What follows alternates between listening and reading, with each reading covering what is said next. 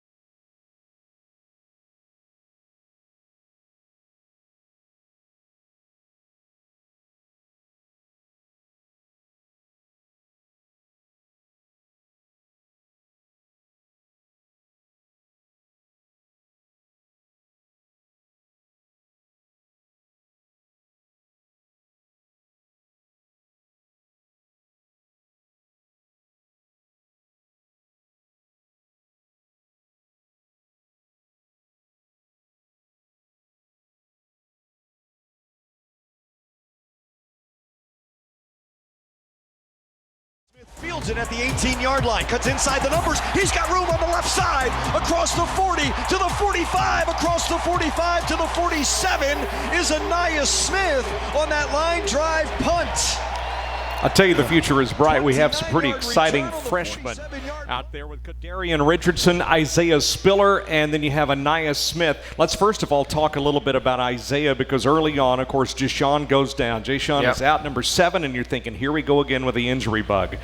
Isaiah comes in, runs a little tentative, made a couple of mistakes, but I'll tell you, Jimbo, the big thing that I'm seeing from his first carry until this past week, he's running with purpose and a lot more confidence. He is, and it just takes time. You get thrown in I know if you get to play 6, 8, 10, 12 plays a game, 15 plays a game when you're young and kind of ease your way, he was just thrown in the fire. And I mean, it wasn't like the easy part of our schedule was in the beginning either. I mean, there were some really good teams he had to play against, and that's tough.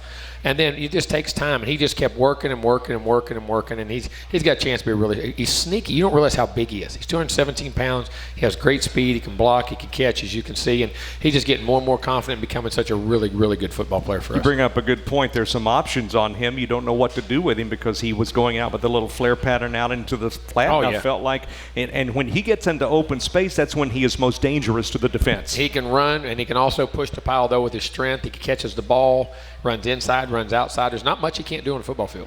Let's switch over now to Arian Richardson. We knew that he had some explosive talent out there. You talk about a guy who I think is deceiving in size, and then he has a breakaway. How big is it for a player like him coming into that situation in a conference game in the SEC to have a break-open game like that? The last 3 or 4 weeks, he's really been started practicing well. And, he stays between 238 and 245. He's a big back now. He's physical, he's strong, he's big, the ability to block, and he's learning all of his roles. He can catch the ball. You saw he caught a touchdown in the game. He broke a big run. He runs short run. I mean, it's just going to grow and grow and grow, and we need him to continue to grow because he's that big body who is very, very athletic and can do a lot of things for us. And before the break, let's talk a little bit about you going back, hitting retro just a little bit, where you go old school with the double backs in the backfield. You don't know who to key on, and I think that with the 1-2 punch of Richardson and Spiller, you kept South Carolina a little bit on their heels. We did. We put a little option game, a little split flow, a little counter game, and then we threw the football. And, the old school football, they still got to line up and play. It's just what you keep doing is taking a back out, putting a receiver in when they put a nickel, or they put big guys in. Well, people don't get to practice as much. Now, Georgia and those guys, they'll all know it. They'll practice it. But it's another wrinkle for us to allow us to keep the diversity of what we do and to keep the mixture and to get, when you got a certain level of player, it gets them rotations and gets them on the field. Aggie Football is brought to you in part by Bud Light, proud partner of Texas A&M Athletics, reminding you to enjoy responsibly. We'll continue to talk a little bit more about South Carolina's game before we fast forward to our next big one that's coming up this weekend at Georgia. It is a Jimbo Fisher radio show. Aggie Football from Learfield IMG College, live at Rudy's on Harvey Road.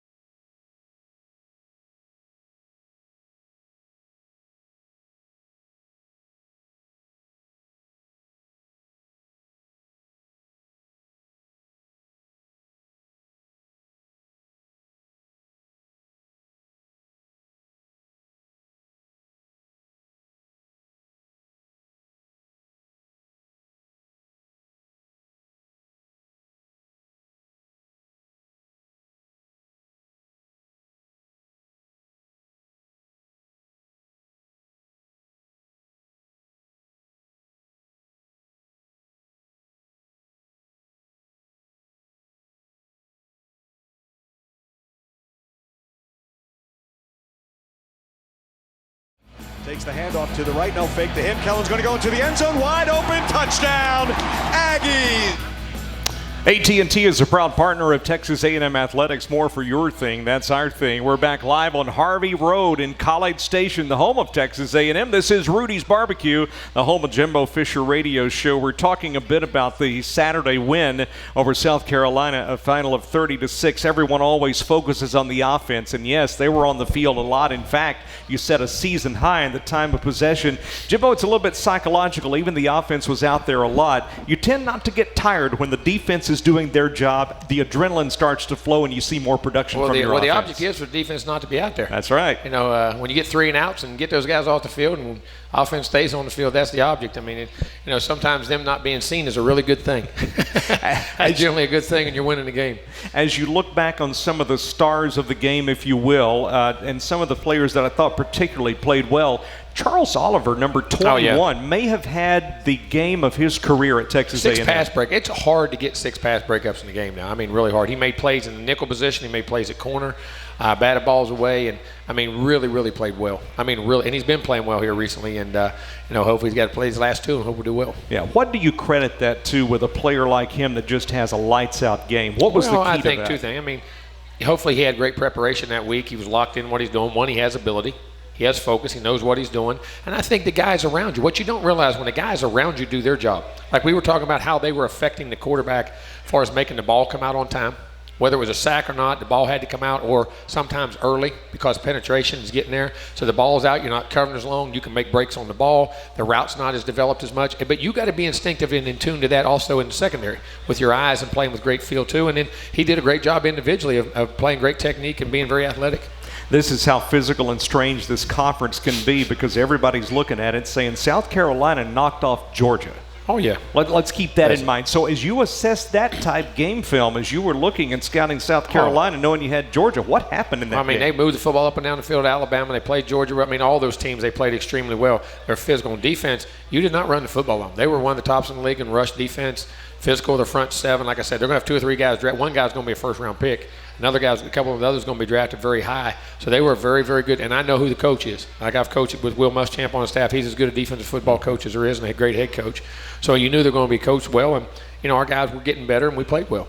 We know that it was probably not Helinski's best game, nor for their receivers as well. To what do you credit them being just a step off? Was that some pressure perhaps that you were bringing on the front? Well, hopefully that's us affecting them and how they do things. You know what I'm saying? They had a guy or so was out, but at the same time, controlling the line of scrimmage, making the ball come out early, having to throw it before it was ready. Getting good coverage, being in tight coverage, throwing in tight windows. I don't care how good you are as a quarterback. When you consistently have to throw the ball in tight contested windows or you're getting hit or you're having to move off your spot, I don't care if you're Tom Brady. I don't care if you're Aaron Rodgers. I don't care, Lamar Jackson and whoever, Mahomes. It affects everybody. And our defense did a great job in affecting those guys in a lot of different ways. Never known a coach to be happy with a performance 100%. So you hold them to only 6 points. You had some things that happened in there can improve on. But as a fan, as we're watching the game unfold, if you had to say, hey, this is one area here you just didn't do that well on against South Carolina. Well, I didn't like. We had a couple penalties. We had some penalties in special teams that we had 2 returns that were out to midfield. That we had holding calls all. We had to go back and start drives on the 10-yard line. I mean, that's a big field position where you could have got points. I thought early we had a couple opportunities to score touchdowns in the red zone. We just didn't get it done. Had some, again, they're really good down there, but wish we could have got that done. The 2 penalties, we ran the football pretty consistently. 3rd down, we were really good. Now we missed a field goal in the game. We still missed a field goal in the game when a scoring opportunity.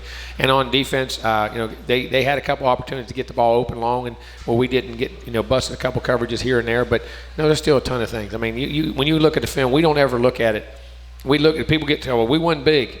Coaches say, no, we won barely. And sometimes it'll look like we won barely, and sometimes you'll play great. You know what I'm saying? It's just you see every little glaring mistake. And Braden Mann should have never been recruited. What are you talking about? A 24-yard kick. I mean, every dog has that's right. He did. He had a bad punt. He is human. He is human. That's my point. He does breathe and drink like every other human being. Every dog has his day. He's nailing them at 50, but I can tell you, knowing Braden a little bit on a personal level as well, nobody wanted that ball back more than Braden Mann. That guy works his tail off, and he is as good as I've ever been around.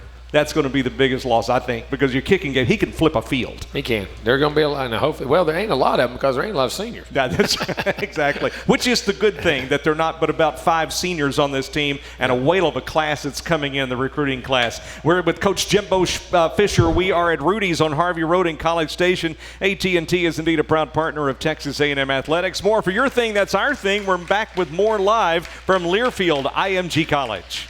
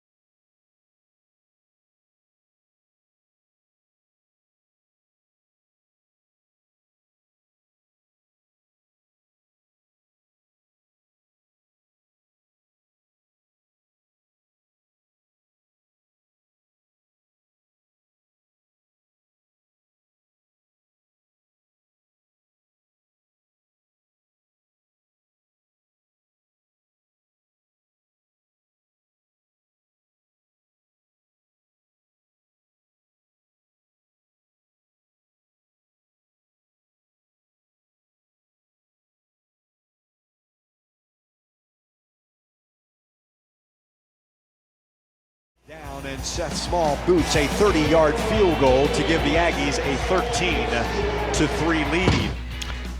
And the Aggies with a pretty impressive 30-6 win over South Carolina. Their 4th game in a row to win. They go for number 5 against Georgia. We'll turn our attention there soon. Jimbo, at the Kyle Field, I guess the Kyle Field ambiance, if you will, on Saturday, I felt like that crowd was on fire. How did it feel to you coming through the tunnel? It was. I said, Kyle Fields is as electric environment there is in college football. It's tremendous. And even so, I've been in stadiums where the fans make you feel unbelievable, and it's a great atmosphere. But also, but you don't always feel that way on the sidelines. Kyle Field has such a comfortable feeling for it. I felt very unique, and in the way it sits down upon you, I like how close it is. I like how it goes straight up.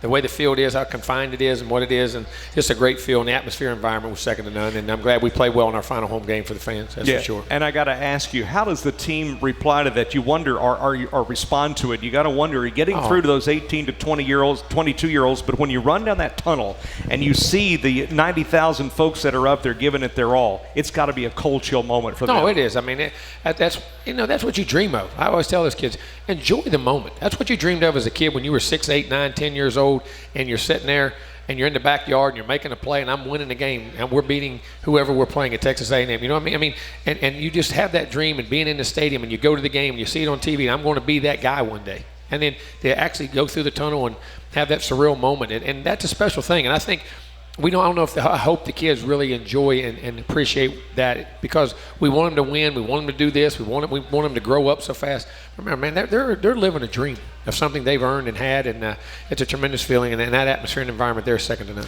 All right, two quick things since I'm filling in for Andrew, a little latitude here. I'll tell you where you won the fans over. It was in your very first year. I don't know if you guys remember that Jimbo disagreed with a call. Not that he's ever disagreed with an official before, but it happened here in College Station, and something went wrong in there. We took a close-up of him. Do you remember him on the big screen? He cocked that cap up just a little bit, and he was defending his team. He was defending the Aggies, going after him. Then they start shouting, Jimbo. Are you aware when the crowd starts that, or are you going to say that you don't hear any of it? Is that what you're saying? I was locked on those stripe guy. I get locked on that. I'm not hearing that, but I mean it is great. But I mean, isn't it? You're in the heat of battle. We're here to do a job, to have business, and they're going to do something we disagree with. We're going to let them know. Well, one of our best memories that came back from last year when we knew that you got the culture of Texas A&M, and you talk about that a lot. Who else would call a play for the 12th man to score? And he was supposed to go down at the 5-yard line, but he was not going to be denied. He just kept pushing, and then Gilly scores a touchdown. We had different things all year to do it, and Gilly would remind me every week. I tell you, I promise you, it was awesome. We always had to and I'm glad we could get it done because he turned out to be a heck of a football player. Like I say, he's on the NFL roster. He got drafted. He's playing with the Houston Texans now, doing great.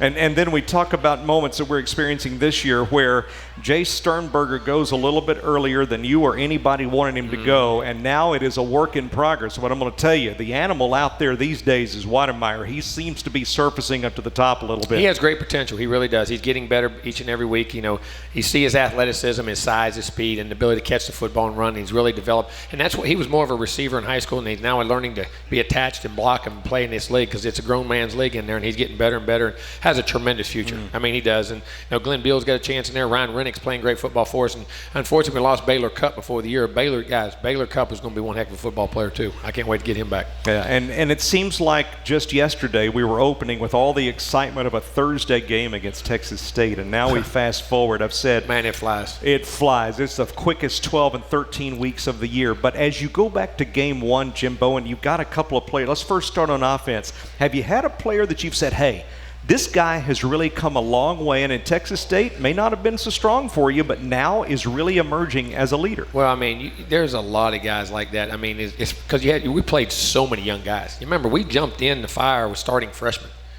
I mean, we started Kenyon off the bat. We started Damani off the bat. Those guys got in there. I mean, Wiedemeyer and all those guys were getting in there. I mean, there's so many of those guys. Some of the older guys, like I say, it's great to see Colton Prater have the year he's having as a senior. The offensive line, a lot of guys returning there. Receiver, Kellen keeps growing. Of course, Isaiah and all those guys, CJ. I mean, there's so many. Marv Leal. Yeah. I mean, that guy is going to be a tremendous football player now. I mean, he's got a future that's ridiculous. Andre White. I mean, and then Leal. You see Eric Young get in the game, make plays. I mean, Elijah Blades. I could go on and on and on. I know I'm missing somebody. Nias, who's been comes out of the blue. I mean, maybe a year as much as I don't know if I've had this many in 1 year. I don't know if we ever had this many, especially because we're playing so many. We're basically starting about between 6 and 8 true freshmen on this team right now. Wow. And I've heard a lot of different ways that this name is pronounced. Constantino? Oh. Is that close? Yes. Okay. Nick, got a great future. I mean, he's getting better and better comfortable, and he has tremendous leg talent. Well, the reason I say that, his parents are once again checking in, watching in Australia tonight. No, they're awesome now. They're paying attention. He's got a chance to be a really, really, really, really good football player. And I'm going to tell you what a hard worker and a great young man. We're blessed to have him. All right, we're going to take a break. Back with more of the Jimbo Fisher Radio Show. Football and barbecue lovers know the perfect brisket needs the right wood. Rudy's smokes all their meats using their delicious signature rubs in 100% oak-fired pits. Get your real Texas barbecue fix today at Rudy's.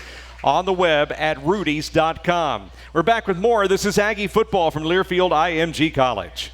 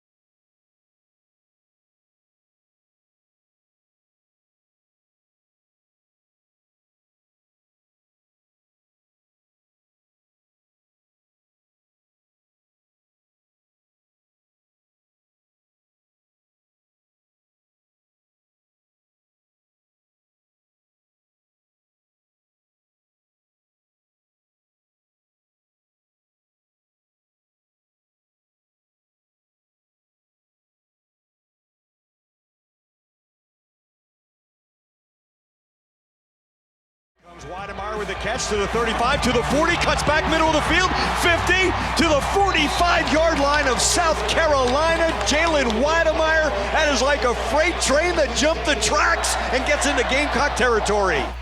Jimbo, during your press conference, welcome back, by the way, to Rudy's, Harvey Road College Station, Jimbo Fisher Radio Show. In your press conference, you talked about the defense getting the offense totally off balance with what they did.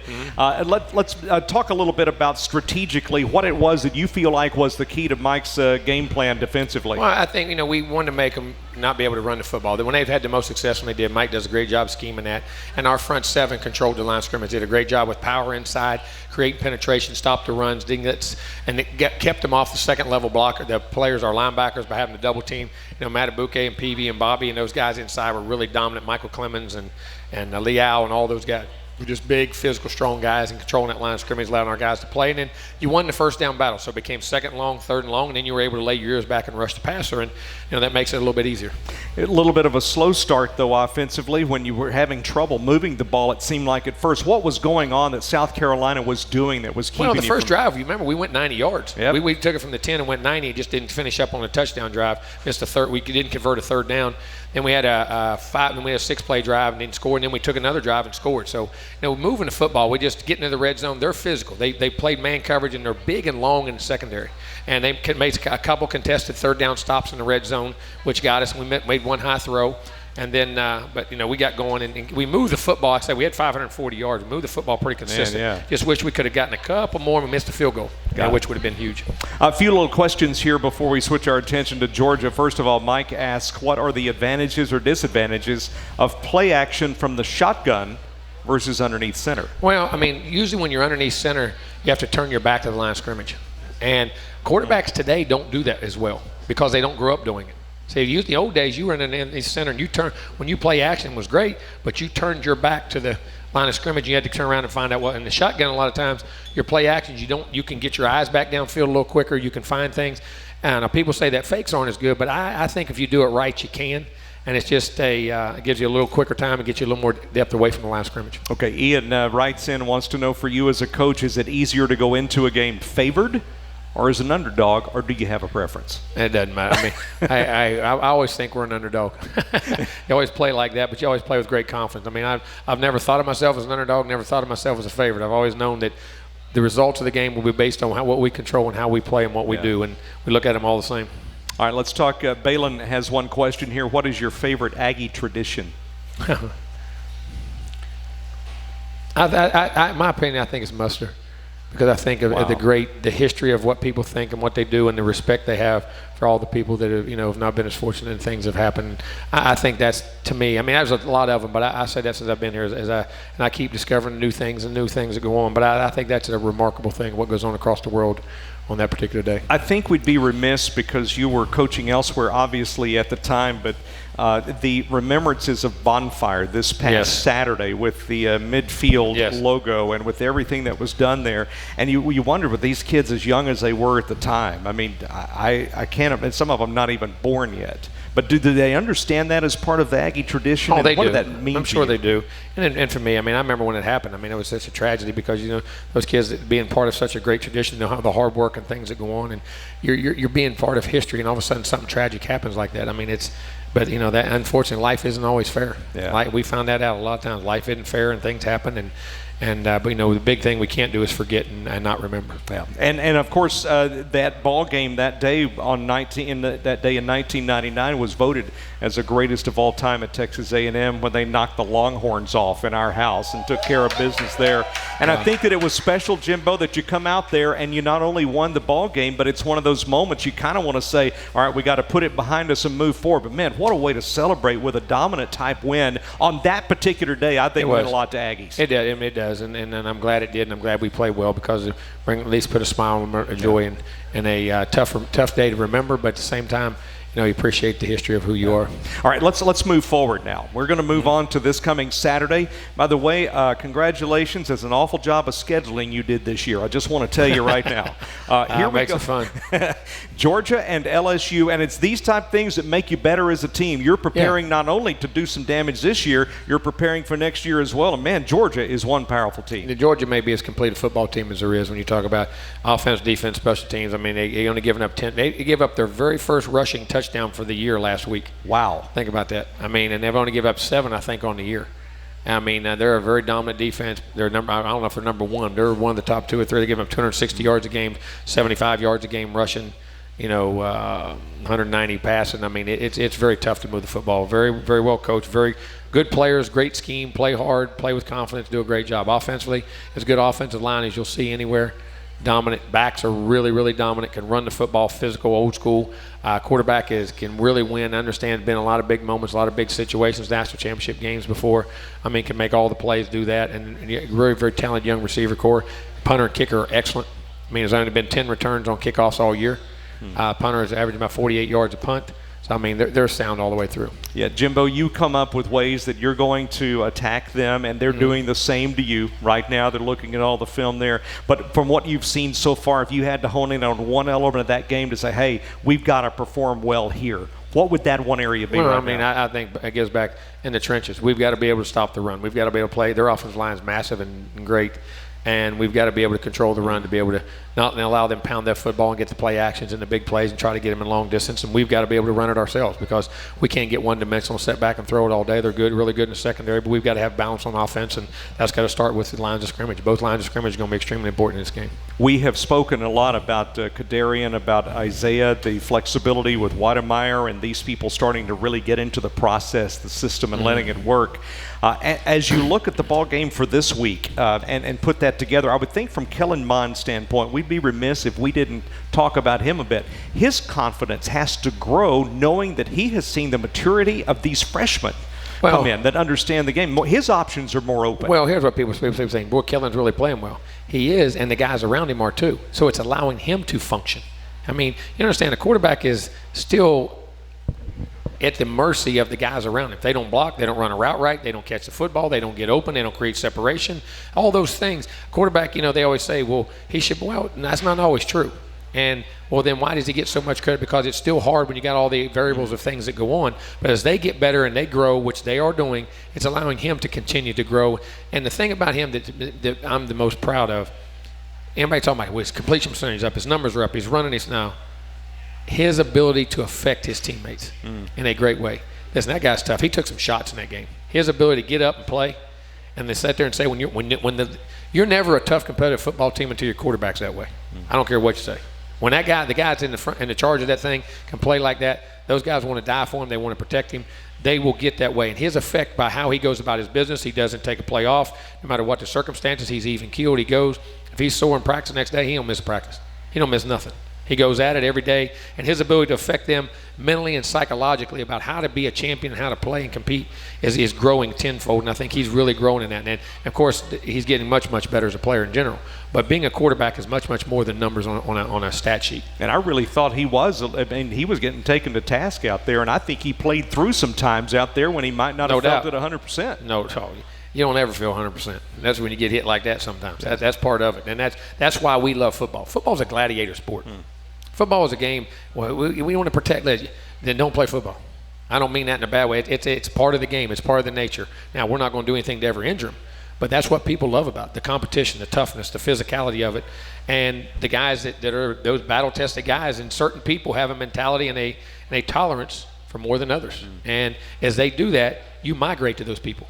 They become your leaders, and your team starts to take on their personality. And as they do that, you can never be a great football team until you're really physical and tough. And when that leader's like that, it makes it a lot better for your team. And it is not that Kellen doesn't ever do anything wrong. He does, and we all do. However, when you see a guy like that playing through the pain, that's the type of intangible you can't really teach, and that's what makes players rally around a leader that's going to play through any kind of adversity. You do that. You do it in human nature. I mean, whatever you're in right now, whoever's in charge of your office, whoever's in charge of anything, it's people who are smart, who are tough, are willing to do whatever they have to do. If they have to stay there all night to get the job done, you do it. That's who you want to be your leader. That's the way he is. His preparation, the way he goes about practice, the way he studies film, all the things he does. It affects guys. Yeah, we're going to take a break. Back with more of the Jimbo Fisher Radio Show. Gritty is an absolute game-changing provider of electricity. They're giving Texans access to wholesale electricity with no markups, all for a membership of just $9.99 a month. We are at Rudy's Barbecue, Harvey Road, at the home of Texas A&M, College Station, Texas. You're listening to the Jimbo Fisher Radio Show. Aggie football from Learfield IMG College.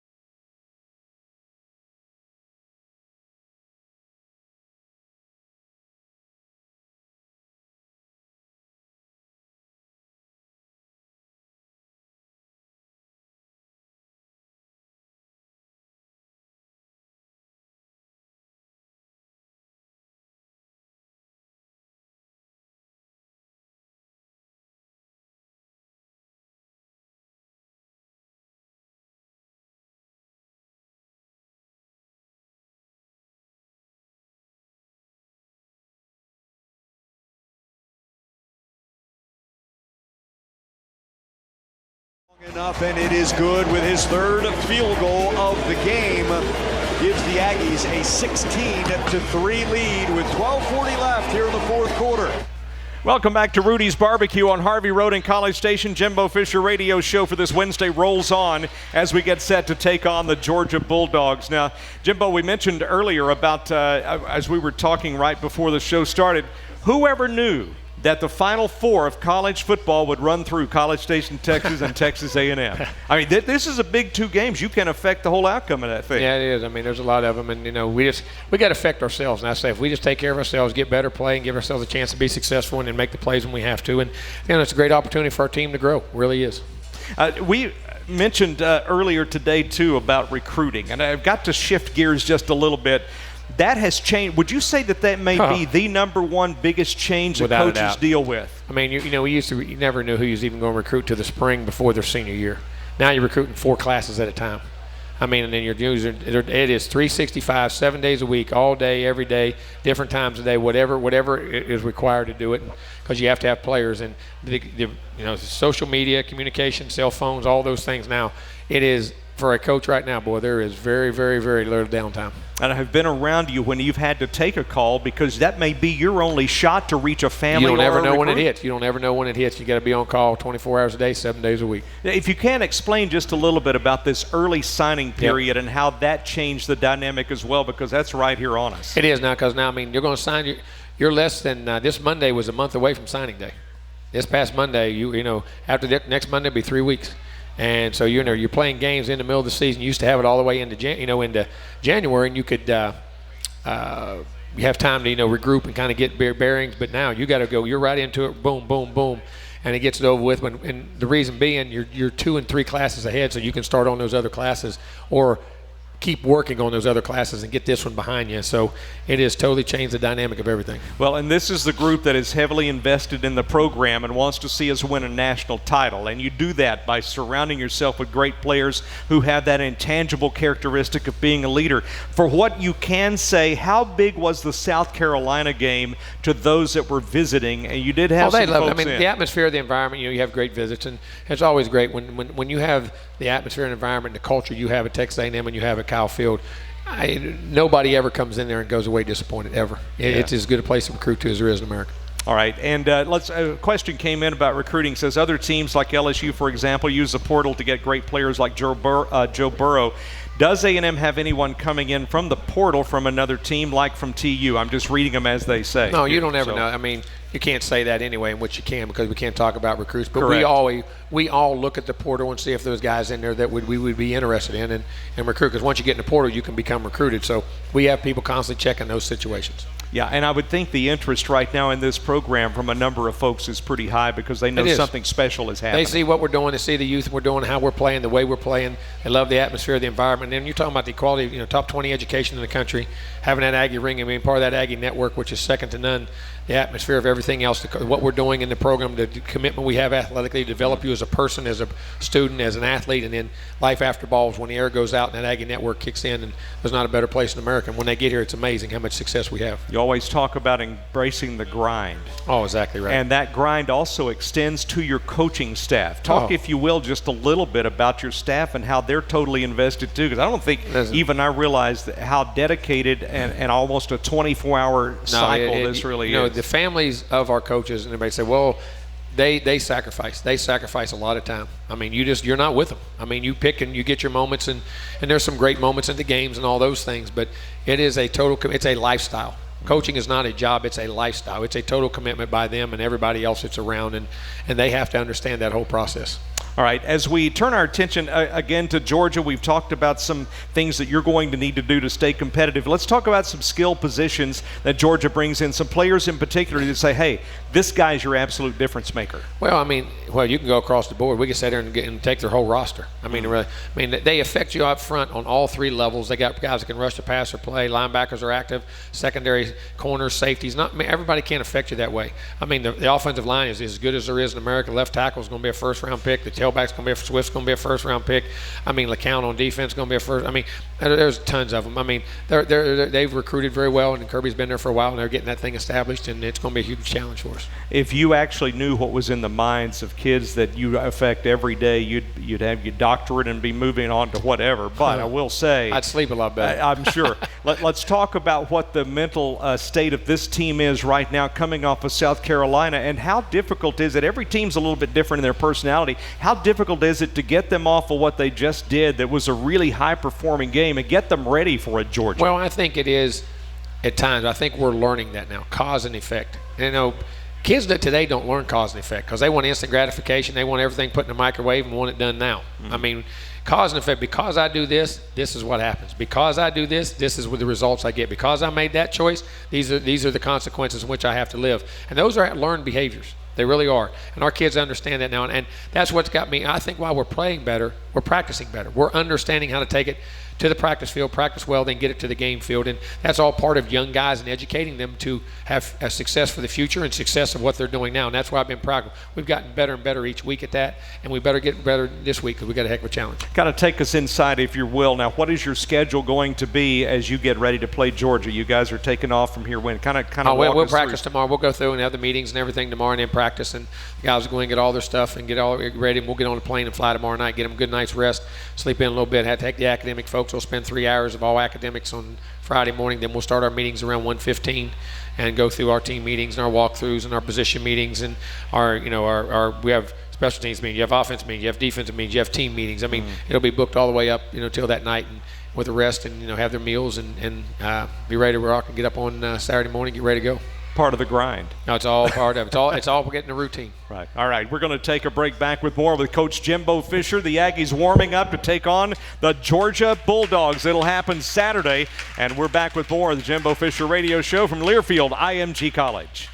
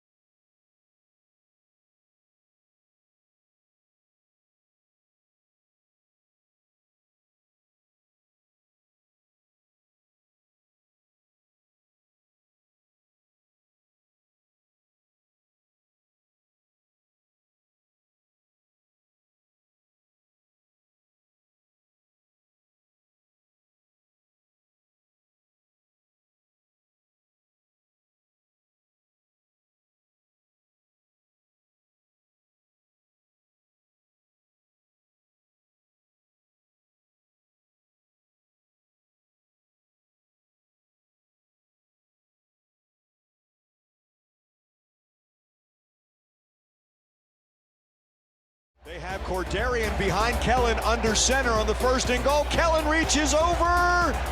No signal yet. That's a touchdown. No touchdown yet. Touchdown now There it is. for the Aggies. Kellen Mond from a half yard.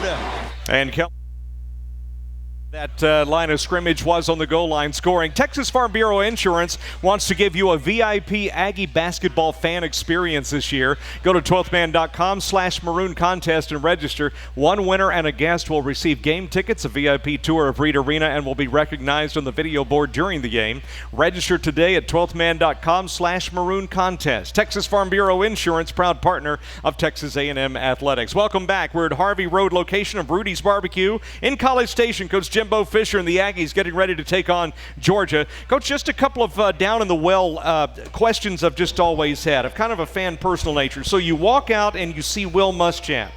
You walk out and visit with the opposing coaches. I've had the privilege of seeing you guys kind of interact, which is odd to me at the SEC meetings, but what do you talk about? I mean, what do you say? Well, how's Carol and the kids and everybody? How's the family doing? And how you doing? And I mean, it's all a lot of those type things. Have great conversations. No, really about football at all, just life in general, because that's how you keep up. How we don't, they're all personal friends, and we've coached together for many years on the same staff, and did a lot of, had our staffs, wives, our people, kids, grew up together, all that type of stuff.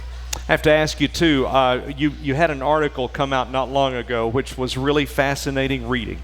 It talked a little bit about Gloria. You talked about your mom. I just have to ask, during the time that you're in the grind, does she call and give you advice? No. Does she tell you what's going on? Does she ask you how life is? Yeah, we talk. We have our once a week talking on the weekends, and she's always there, or after the game or Sunday, and we always talking. Just how everything's going, what's going on back home, and she's always there. Mom's always mom. I have to go back just a moment to bring up Kellen Mond. We talked about the intangible when it comes to recruiting these players, and that is not something that is really teachable. If you had to say the biggest change in your leader of your team, which has to be your quarterback, what's been the biggest change in him since you walked through the doors here at Texas A&M that you are most proud of? I think his ability to understand how to affect other players on his team. Because you're never the leader of the team until you can do that. I don't care what you do, how many numbers you put up, how many touchdowns you got. The ability to affect their competitive nature and psychological disposition to understand what it takes to be successful. And, he is really, really growing in that aspect. And on defense right now, who would you say that person is for you that's really taking charge? I think there's quite a few of them up front. I think Buddy's done a great job, and Keldrick Carper does a great job with his leadership and what he does. I think other guys are growing into that mold, but I think those two guys probably consistently. One final break, back with a wrap-up of the Jimbo Fisher Radio Show at Rudy's in College Station. This is Learfield IMG College.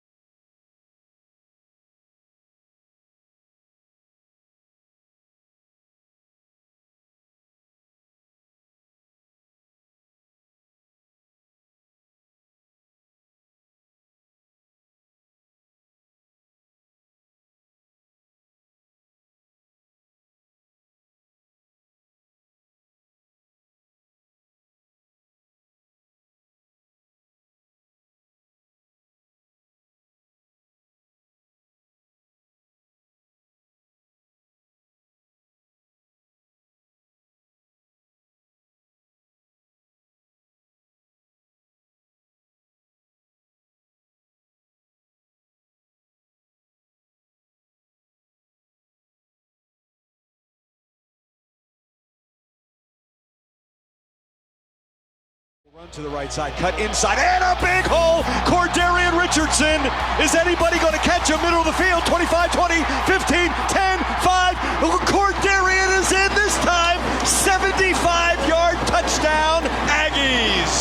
4:30 is the kick time on CBS this coming Saturday as we take on the Georgia Bulldogs. Jimbo, one final question. What would a win in Saturday's ball game mean to the program here at Texas A&M and for your team overall? What would that mean to you? Well, I mean, the biggest thing, it means we'd be 8-3. That's and it. It means we're getting better and growing toward the next step. And, you know, that we're learning to play in tough venues and environments and atmospheres against very good teams, and we've competed very well and learned to get over the hump. Jimbo, thank you so much for joining us as always. Copyrighted broadcast is an exclusive presentation of Learfield IMG College under the broadcasting rights granted by Texas A&M University. Announcers are provided by Learfield IMG College and Texas A&M University. Thanks for joining us and good night.